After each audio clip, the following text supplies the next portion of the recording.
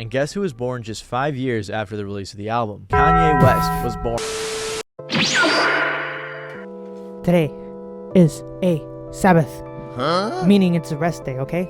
So like, we're gonna like chill on the exercising things and just relax, you know? Because like, even Goku and like, heck, even my boy Jesus, JC, bro, took a rest day. So grab some snacks, grab some chips, grab some potatoes. I don't know.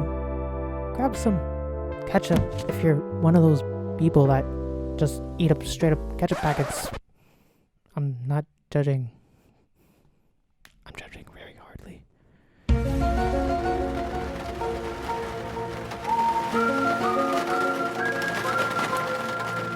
From David Bowie predicting the birth of Kanye West to the CIA writing a hit song to end a war, there have been many conspiracy theories related to music. So today I've gathered 7 of the craziest music conspiracy theories, starting off with the Paul is dead theory. Also, just to clarify, I'm not going to talk about any fake death conspiracy theories because there's basically one of those for every artist, so maybe I'll save it for another video. Spicy. This is probably the most famous and well-known music conspiracy theory, and that is the Paul is dead theory. Some people believe that Paul McCartney of the Beatles died in a car crash on November 9th of 1966. I don't know the rest him, of the band so wanted we're to just cover up going his to death, like so with the assistance of the British government, they found a look-alike to replace. More replacement theories. So for some reason, replacement theories are a common thing in the music world, and there are 2 more that I want to touch on. People believe that in 2006, Eminem died in a car crash and it was covered up by his label. And again, like Paul McCartney, he was replaced. This is probably the least evidence-backed replacement theory, and one of the key pieces of evidence is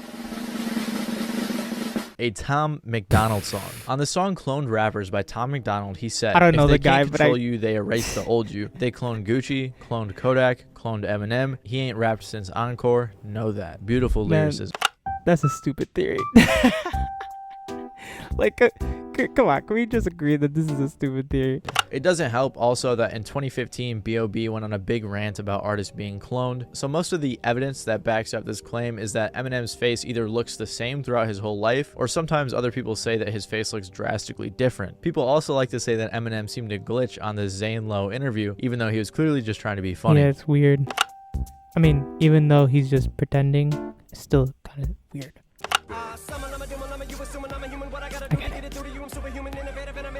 Also, of course, Eminem praised Jay-Z in a 2017 interview, and as we all know, Jay-Z is the face of the Illuminati. But another big piece of evidence supporting this theory is the fact that Eminem couldn't remember one of the music videos he was in. I'm just kidding. I think, but for real, I do believe the Illuminati is real.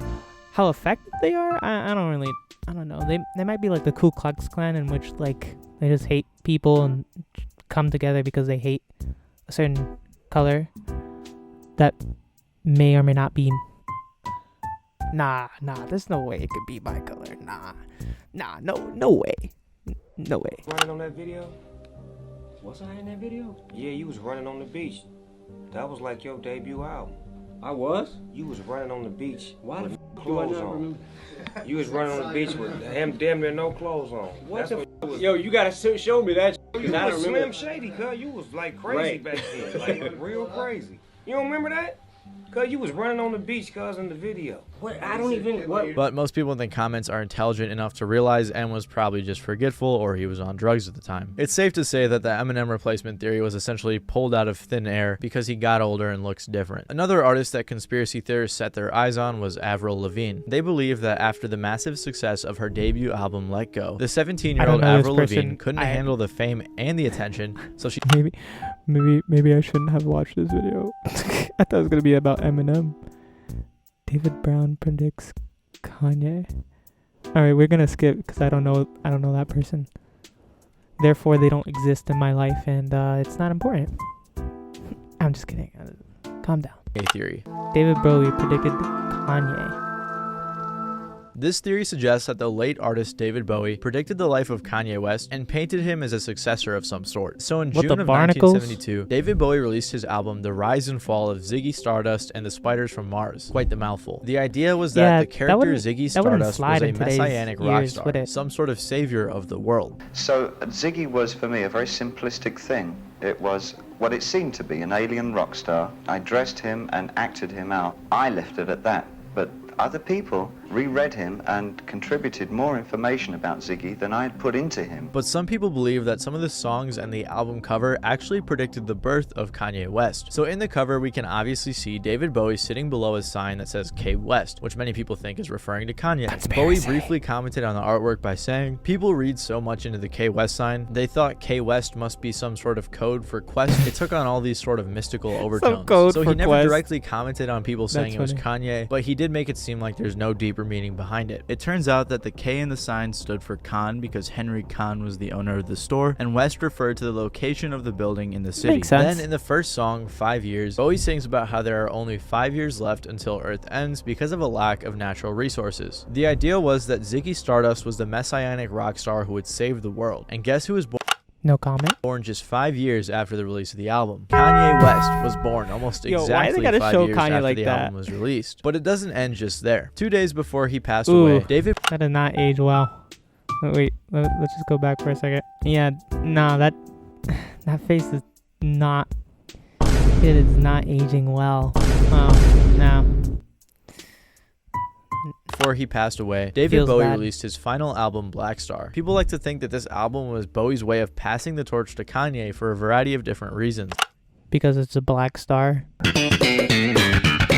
Is because Bowie had apparently talked to a psychic in the late 70s who told him he was going to die at either 70 or 69, and Bowie passed away when he was 69 years old in 2016, so Bowie knew his death was coming. On the title track, Bowie sings, "Something happened on the day he died. Spirit rose a meter, then stepped aside. Somebody else took his place and bravely cried." Obviously, people think Kanye was the one who took Bowie's place. They also point to the third song on Black Star being titled Lazarus, which is a reference to the biblical story of Lazarus who was raised from the dead by Jesus after 4 days of being dead. Then on Kanye's 2013 album Yeezus, the third track is titled I Am God. So I guess theorists believe that Kanye metaphorically embodies Jesus and raised Bowie from the dead within himself. I'm honestly not sure how that correlates, but that's what everyone says. They also point to an interview Bowie did in 1974 with Rolling Stone where he says, "As soon as Ziggy dies on stage, the infinites take his elements and make themselves visible." And since Kanye was among many other celebrities who tweeted about Bowie's death shortly after it was announced, I guess that means Kanye is David Bowie's successor. And the final piece of concrete evidence is that David Bowie's final album was titled Black Star, and Kanye West is literally a black star. So it really... I'm sorry. Yeah.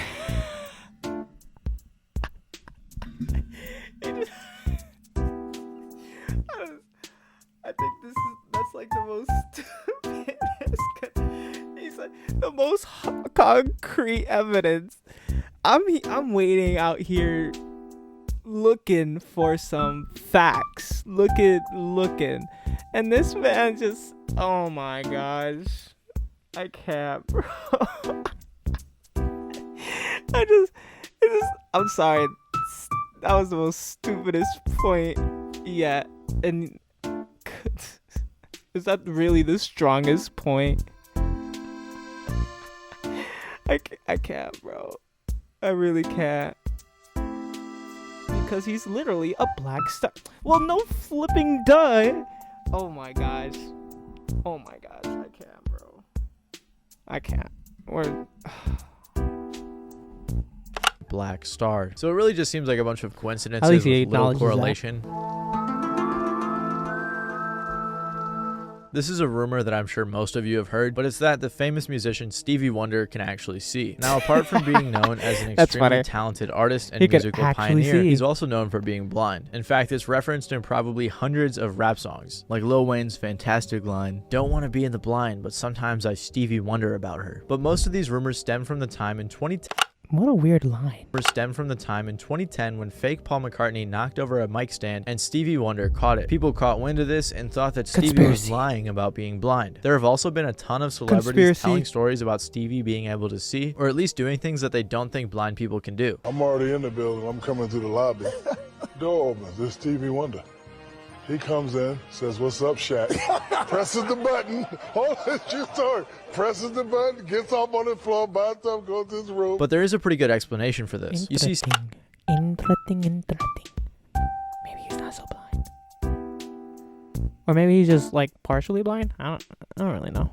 Stevie Wonder wasn't actually born blind. He was born prematurely and had some issues during treatment, so he developed ROP, which is an eye disorder that permanently damaged his eyes. He rarely ever reveals his eyes, but as you can see in his 1989 Rock and Roll Hall of Fame acceptance speech, his eyes are severely damaged. It's likely that he may have some sort of partial blindness, but he's still legally blind. Blind people are also known to have other enhanced senses like hearing, smell, and touch, as it's the body's way of coping. He was able to hear Shaq's voice, and he was like, "It's Shaq." The way he walks, I could just tell it's Shaq. That's how he knew. That's how he knew, because the way Shaq breathes and walks and stuff is fundamentally different from other people. Stop the cap.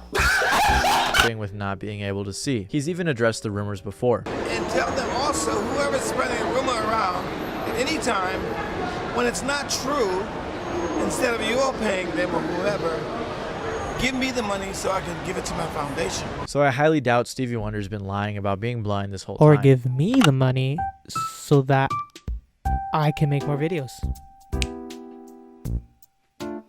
How about them apples?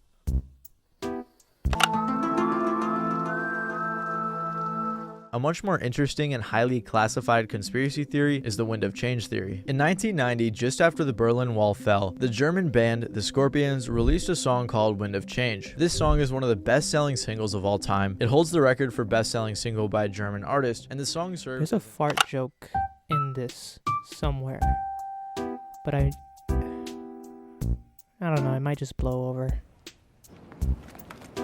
To the end of the Cold War. It's said that the lead singer Klaus Meine wrote the song after performing at the Moscow Music Peace Festival, the first rock festival allowed in Russia since rock had been banned for a while. Apparently he was inspired by how much Russia was changing and how many fans the band had in the country. But some people think that this song was actually written by the CIA as some sort of psyop to aid the West fight against communism. One of the largest pieces of evidence for this theory is that Klaus never usually wrote songs other than a few lyrics here and there, but apparently he never wrote full songs. There's actually a whole 8-part almost like TikTok songs.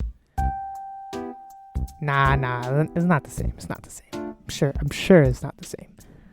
A series investigating this theory called Wind of Change by a man named Patrick Keefe. The reason that he's so into it is because Patrick was told this story by his friend Mike. I'll be honest, Wind of Change kind of just sounds like a secret code for just farting.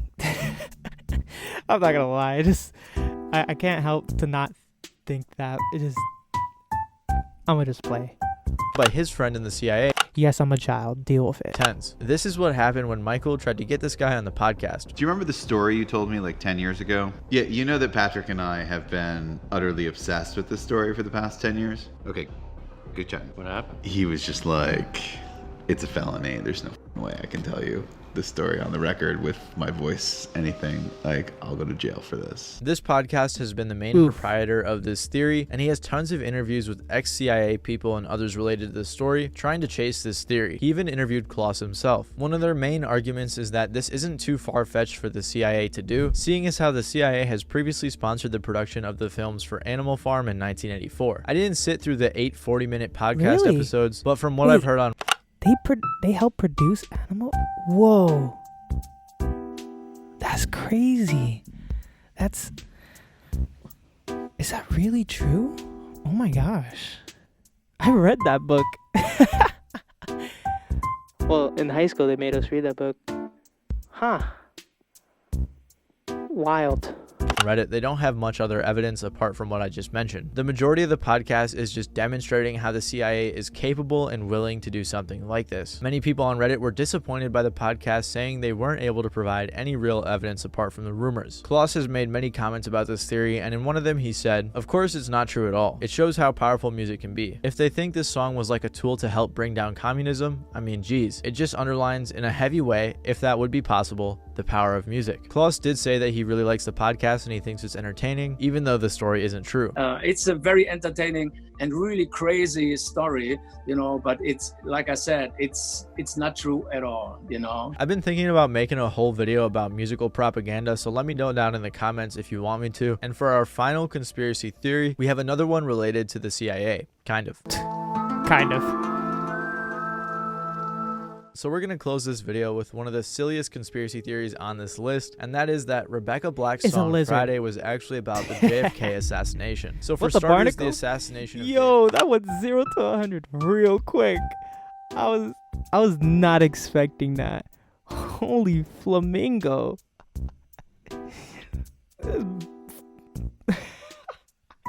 Yo, how do you go from a music video to assassinate? Bro, what? Where's the lines here? This is crazy. This is crazy. It was on a Friday, and the chorus "Gotta Get Down on Friday" is obviously a reference to JFK being told to get down. Another lyric from the song is "Gotta have my bowl, gotta have cereal," and apparently that Friday JFK declined his presidential breakfast of eggs and sausage and bacon and toast, and he missed cereal because you not understand that the C in cereal actually reflects Kennedy. It's actually a K. Do you not understand? Do you not see what I'm seeing right here, right now, bro? And it's Friday, and they just did it so that they can earn money off of Kennedy's death. Oh my gosh. Who made this theory? I want to know them. I want to shake hands with them, and actually, I don't want to shake their hands. I want to be like, what the barnacles are you thinking? What? Bro, come on, bro. This is, in some way or form, I'm related to these people. You're related to some of these people. We live on this earth, and this is crazy.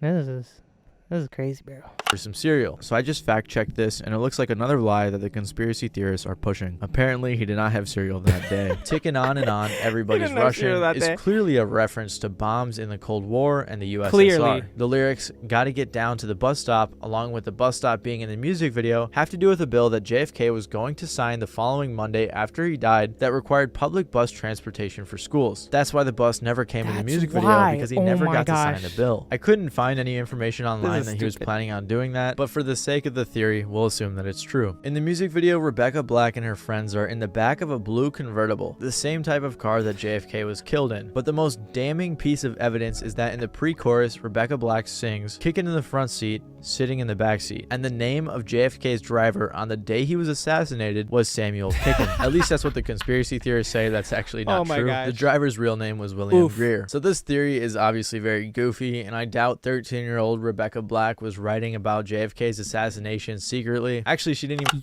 For what you know so far, but we know that Rebecca Black might just be dancing on Kennedy's death right now, like, and we don't know about it, like, and yeah. I can't be serious with this. I really can't. Write the song, so maybe the real writer was trying to leave in a little clues for the conspiracy theorists out there. So if nothing else, this video just goes to show if you try hard enough, you can make an argument for anything and people will believe it. That's very true. Let me know some of your favorite conspiracy theories in the comments below, whether it was in this video or not in this video. Other than that, thank you guys for watching. This has been Matty Balls, and I'll see you guys next time. Honestly, let's get personal. All right, so like, I'll be honest, that was stupid, but that was very entertaining. He did really good just covering all the bases and the facts and deconstructing the theories and being like, no, pause, wait, let's digest. All right, and they took it down, they broke it apart, did an amazing job. The Rebecca Black and Kennedy thing, JFK, dang, that's really out there. Like, it's like, there's theories that are like here to here, right? And you're like, oh yeah, you know what? Maybe, right? But You want to see how far the Rebecca Black and Kennedy thing is? It's like here, and it's not even in this room. Like Rebecca Black, and that being connected to the assassination of JFK is like, it's not even in this room. It's not even the realm of possibility. It's so far out there that it is absolutely crazy. It is, wow, bro. Yo, people crazy, bro. Oh man, what a video. All right, well, I'm sure you finished up all your snacks, some popcorn. You just finish it up. It was good, juicy. Get some drinks up in there. And yeah, you know what? Maybe it was true. And maybe I'm just covering it. I'm also a part of this. Oh my gosh, you don't really know. Oh, what? Wait. I'm out. I'm done. I can't be serious.